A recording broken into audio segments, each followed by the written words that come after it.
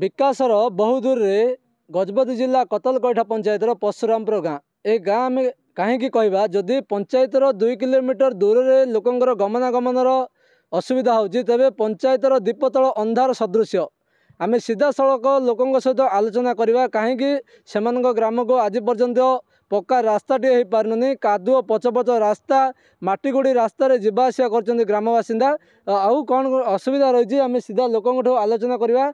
आज्ञा आपण को खबर ओडिशा स्वागत। आपण परिचय कौन? आज्ञा मोर ना हूँ विजय सबर, ग्राम परशुरामपुर, कतलकटा ग्राम पंचायत, ब्लॉक गोसाणी, जिला गजपति। कौन असुविधा है? आज्ञा हमें देखु ए असुविधा आम बुझीगला स्कूल थिला पूर्व सरकार बंद हो जाए जो कारण से बंद होम जाणु से दूर दूरांतर जा पाने पाठ पढ़ुं प्रथम रू डिग्री पर्यंत पाने किंतु रास्ता भल न बहुत असुविधा सम्मुखीन होती बुढ़ा बुढ़ी मत जावाकू जाऊँच किंतु बहुत असुविधार जाऊँच खादु बेड़े वर्षा बेड़े से गाड़ी तो जा पारूनी आउ साड़ी साड़ी जावाक बहुत कष्ट हो। आज्ञा सरपंच काम करना आम से पंचायत प्रतिनिधि मान जणाइलु आ ब्लॉक भी डेवलपमेंट ऑफिसर जाइलु जणाइलु आ कलेक्टर भी ऑफिस ग्रीवेंस जाइलु किंतु एक्शन नेउना।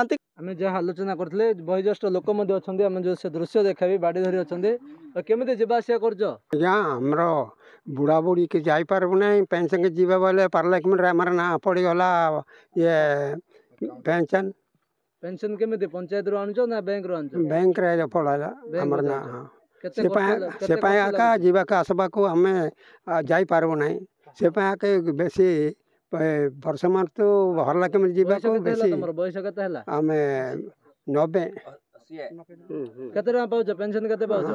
3500 3500 पाउछ। आगुर केते पाउथलो? आगरे 100 आउथर को मेली 100 200 तर 1000 उतर के हम केते खुशी एबे सरकार तुम 3500 दोजी खुशी लागुची? हां जे तुम ना कोन? पंजुनी सबर। कोडी जाइथलो एबे कोडी आसलो? कॉलेज को जाइथिले। केमिति जीवा आसिया करछ रास्ता रे? एमिति का रास्ता बोल ना हमें वर्षा हेले भी एमिति का खाद बाहर जाउछ हमें आमर पूर्वर एमती रोड अवस्था रही बर्तमान एवं पर्यंत किसी आमर रोड उन्नति किसी हो पारुनी।